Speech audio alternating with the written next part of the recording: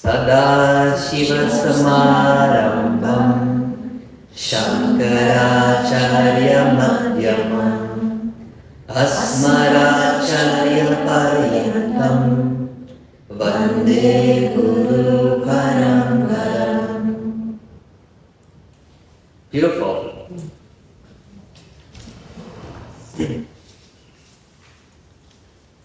So yesterday we talked about the 5 great benefits, but I just sort of dumped them on you in the last 5 minutes of class.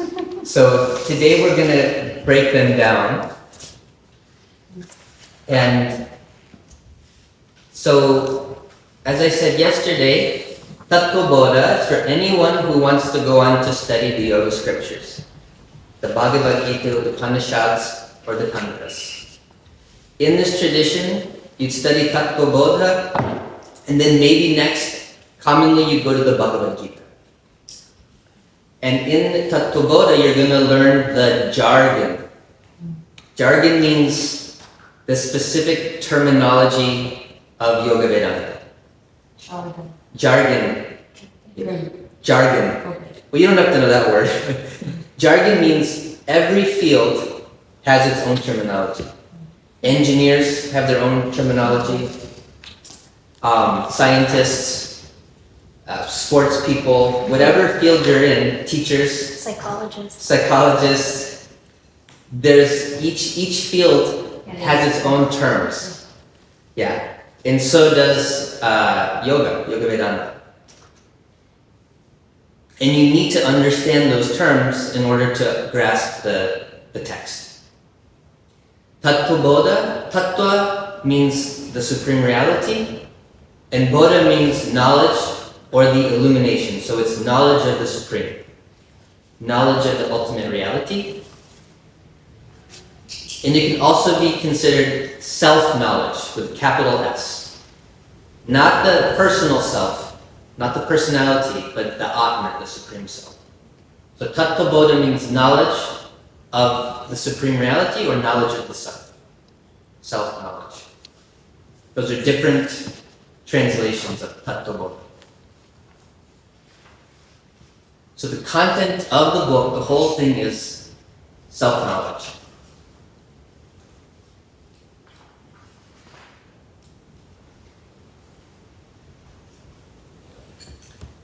So we talked about the first one, the first benefit, Jñāsa Nivritti, cessation of curiosity. Jñāsa is a word that means someone who is curious, someone who wants to get knowledge. So like if you come to an ashram and you're like, I want to learn, then you're a Jñāsa. Mm-hmm. Is it related to Jnana or Jnana? Yeah, the second part, yes. Yeah, yes. Yes. And nivritti is the sensation. So this knowledge, it cures your thirst for knowledge. And what are we naturally curious to know? What is creation? Why are we here? Who am I? That's the biggest one. Who am I or what am I? Yeah. What are we doing here? Yes. What is the meaning of life?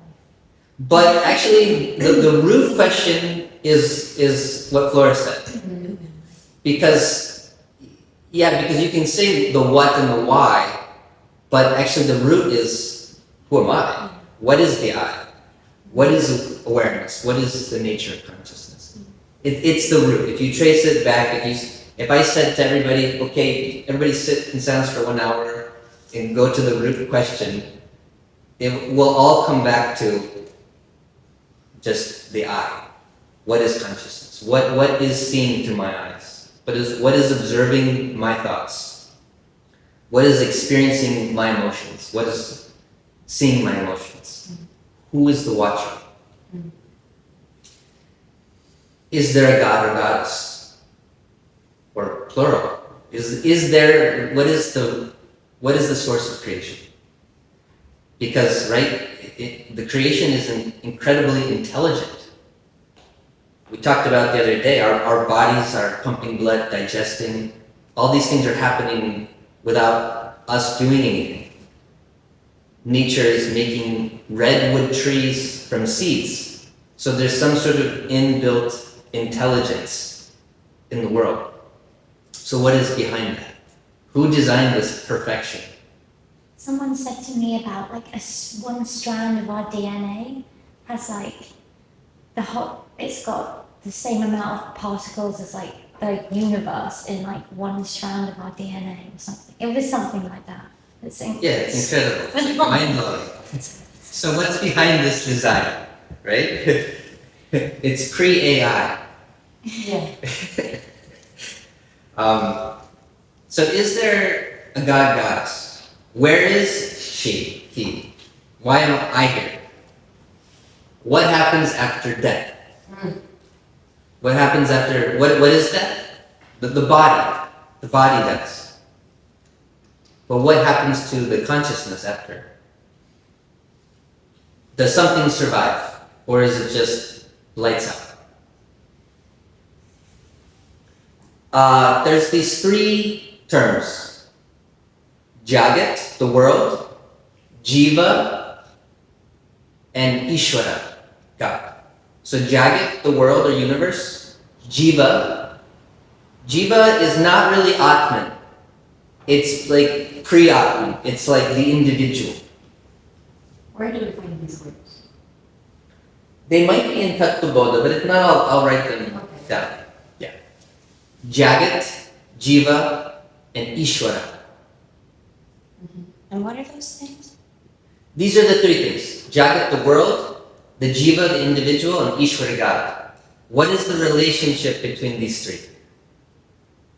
What's the relationship between me, everything else including all of you, and Ishwara, the creator? This triangle. It's one thing. But it seems to be three things, right? There seems to be me, Paramesh, you all, and then the source behind this intelligence that we're talking about. It's actually one thing, but we want to know what is the relationship between these three things. That's another question. And then, of course, the greatest curiosity is, who am I? Am I a free individual? Do I have freedom, or are things predestined? Free will. These are, classic theological questions. Or is my life governed by forces outside of my control? Or is there some element of that? How much control do I have? We all want control, right? We don't like it when we feel like we don't have any. So we're curious about it. And then the yogis' questions. Yogis' questions, I mean, kind of more subtle. Who am I beyond the body, the mind, the memories? All these things that, like memories and the senses. The senses are how we make contact with the world. And then based on that contact, we create memories and we organize reality. So who am I beyond that? This creation of the mind, of memory. And who am I beyond what is impermanent and changing? Meaning the body and the mind.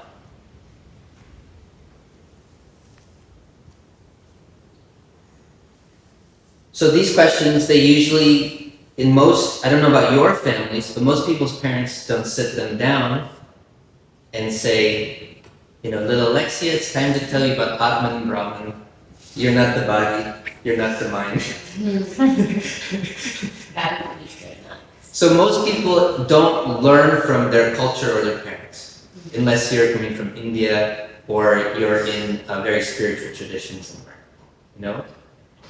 And so, in a sense, most people, instead of like being part of the Guru Paramparam, where they're receiving knowledge from Guru disciple, most of us are getting the opposite of that. We're getting stress and fear, then stress and fear, and we're getting instead of knowledge, we're getting some sort of ignorance I mean, we obviously learn valuable lessons from our parents and our culture, but when it comes down to the fundamentals of who am I, what is the world, in Jagat, Jiva, and Ishwara, we're typically not getting that, right?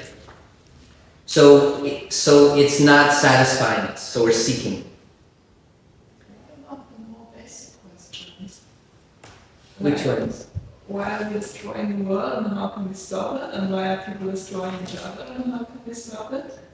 I mean, if we were now all reaching enlightenment and we stopped any craving for scientific knowledge and any craving for advance, that might leave problems unsolved.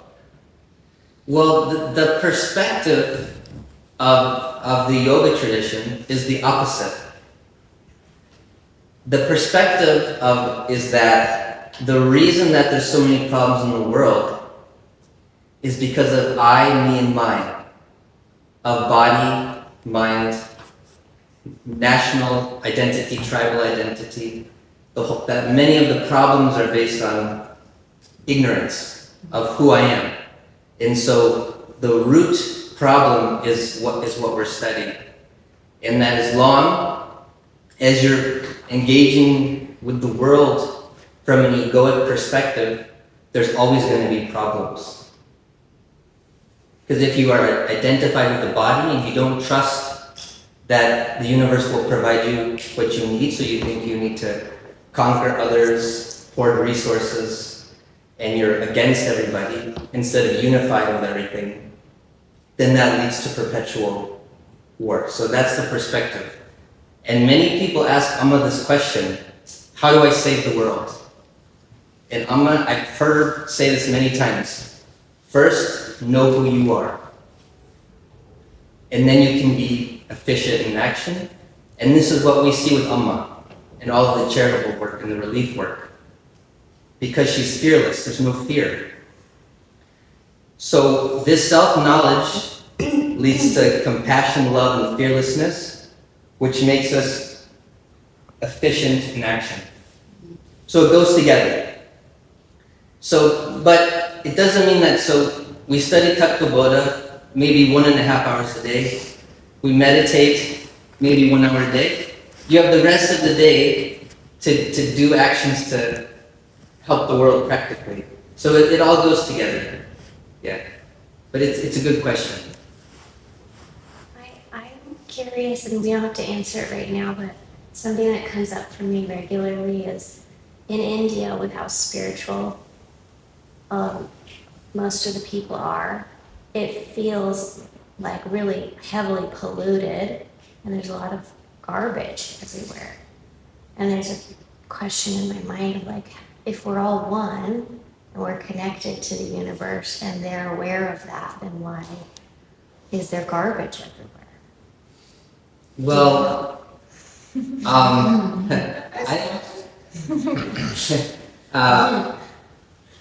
I don't really want to get into that question. I'd rather, because I want to get you through the text.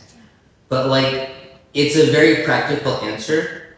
And India was colonized, and they've only been independent since 1947. Mm-hmm. And India is a miracle because it's essentially a continent. It's called a subcontinent. You have multiple different languages. There's no common language. Hindi, which is the national government language, nobody speaks that in the South. And it's a miracle that it's this thriving, vibrant democracy, one of the most vibrant democracies in the world. So it's a young country with 1 billion people, and they just don't have the resources yet for waste management. There's, it's like a country like America, which started in 1776, has like a 300-year almost head start, basically. So we could say in 300 years, maybe India will have the best waste management, but they're playing catch up, so they haven't been able to develop as quickly. But actually, I've just seen since I first went in 2003 to India, in those years, the development has been incredible. So I think they're actually doing exceptionally well if you understand the history and the amount of people that they have. So it's more complex, but there's practical reasons for that. Thanks for sharing. Yeah. Did you want to say something? No. Okay. Well, but like talk about solid waste management. Yeah.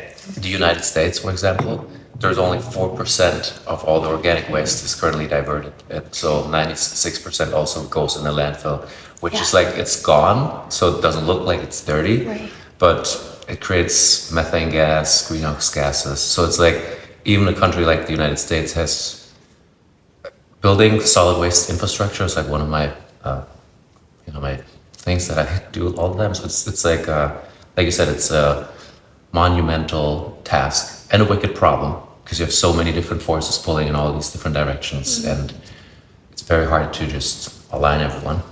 Yeah.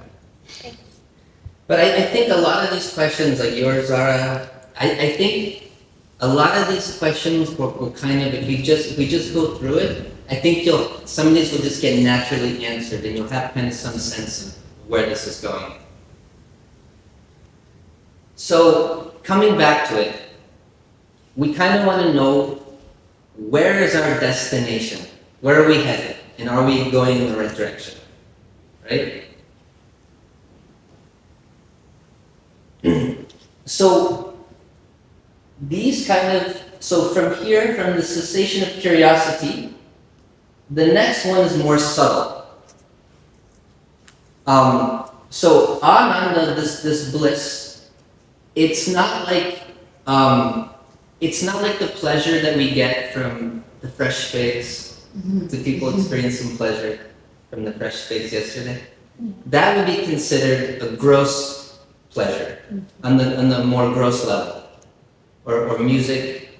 This vidyananda, this bliss that we get from this knowledge, is on a more subtle level. So ananda it's not really the pleasure that we get from the sensual experience. It's on the more subtle level. And the highest, most fulfilling level of ananda is atma vidyananda. So when we experience who we are as pure consciousness, that is the highest bliss. And like I said yesterday, Amma said that the most pleasurable thing you've ever experienced, multiply that beyond any number you can think of, and it's not even close to the bliss of the Atma. So that's the great promise. If you believe it, or if you feel it, if you feel that this is where it's going. In the book that she had the other day, Autobiography of a Yogi, Yogananda talks so much about it. Because he was telling his students, he came to the West and he was really like the first great yogi to really teach these deep practices and philosophies. And he was just really trying to get people to understand, if you want to chase after pleasure, which we all do, we have to admit it, we all want to experience pleasure and avoid pain. It's natural, right? He said the greatest pleasure is within you, and it's discovered through meditation. So seek that. And the beautiful thing about it is that, what are the masters saying? They're saying that none of us are defective people. There's nothing wrong with any of us. We're not lacking in anything. We are the most wonderful thing. We are Sat Chit Ananda. Our nature is Sat, this existence, Chit, consciousness, and Ananda, bliss. That's kind of how the ultimate reality is described, Sat Chit Ananda. So this is very life-affirming and positive, this whole thing. It's like the opposite of Catholicism. You are born a sinner. I don't even know, I'm not Catholic, but I've heard about it. You're born defective. There's some spiritual tradition, religious traditions. Only if you're Oh yes, even worse. So this is the opposite of these types of ideologies which say you're born defective. Yeah, natura defecta. Okay. That's what it's called. No, Is that- okay. And the Protestants, they have natura corrupta. Like Natura corrupta. you're corrupted. So Yeah. so I guess a Catholic kind of like belief is like you can't really do anything about it because you're born like this. But the other one, the Protestants say that you're being corrupted by all these things. So you need to work. So just so not to be corrupted. You know, like if you're working, you can't. Well, thank you for sharing that, because the yoga path kind of agrees with the Protestants in a sense, and I'll explain why. So first of all, this is saying instead of you're originally defective, it's saying you are Satchidananda, you are bliss, you are perfect. So it's saying the opposite. But it says your mind needs to be purified. And what it means by that is essentially the mind is like a mirror that reflects consciousness. And if it's a dirty mirror, meaning your mind is agitated, the reflection that will be reflected back to you is I'm not okay. So the mind needs to be purified, and the mind to see clearly. Because we can, like, for example, if you are consumed by an emotion such as fear or anger, you cannot think clearly, you cannot see clearly. If you were conditioned to have prejudices against people. You know, some people from childhood, they're taught to be racist in certain ways, in certain contexts. Their mind has been polluted with that, so their perception needs to be purified. And so this tradition does say work, service, like selfless service, karma yoga, seva, is a way to purify the mind. Serving God and Guru. Yeah, this is the whole path. But fundamentally, instead of an original sin, it's that we are originally blessed. We are Satchit Ananda. You write down the term. Satchit Ananda? Yeah, such an important. Yeah. I'll write down at the end because I want to try to get some momentum.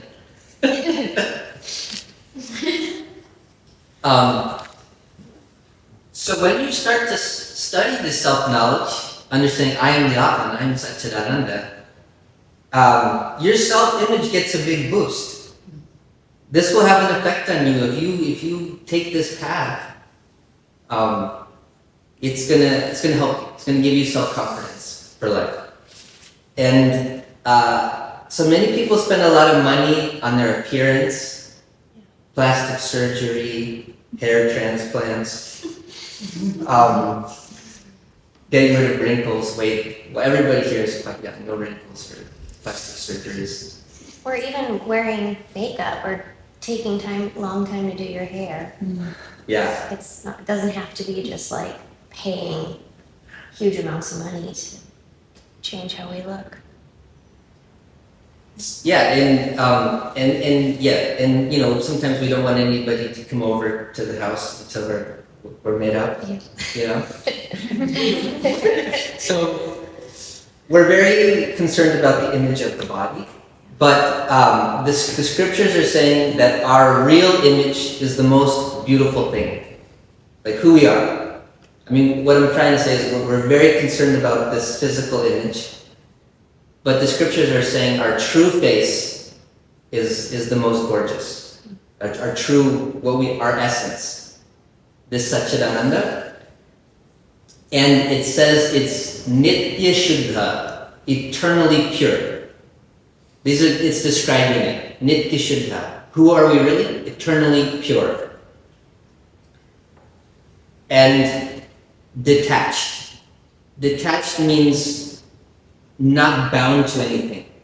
Not bound to family, country, free. It's vast like the sky. And omniscient, all-pervading consciousness. That's what it's saying is our true nature, beyond the body and the mind and the memories and these things. And one of the great Vedantic sayings is Tattvamasi, you are that. You are that Brahman, you are that consciousness. And so this is the constant theme of the Advaita Vedānta. You are Brahman, you are the pure consciousness.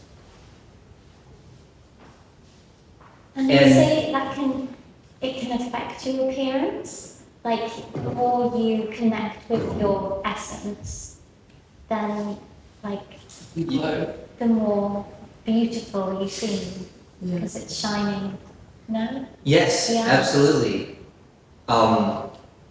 There's, maybe at some point Juana can talk about it because she studied Ayurveda, but it talks about these luminous qualities. We have Tejas and Ojas. And yes, the more illuminated you become, it does affect how you look. And you'll see people that are glowing, and you can feel it when somebody is kind of a bitter person, you can see it in them, and then when somebody is in touch with God, you can see it in them. So I think that relating this to what you said yesterday about the contractions of the mind, right? You can see when someone is constantly contracted in their mind, or if they do these inner works, because these contractions are energetic when they are mental, but with the time they become also physical. So you see on those persons who are constantly, on their anger or stressed or fear, you can see it on their faces. well, that's because it's a good point. The physical and the energetic are the same thing. The physical just appears as a solid thing, but even the scientists know on the fundamental level, these atoms, it's just energy in space and energy. So yes, it's all affected.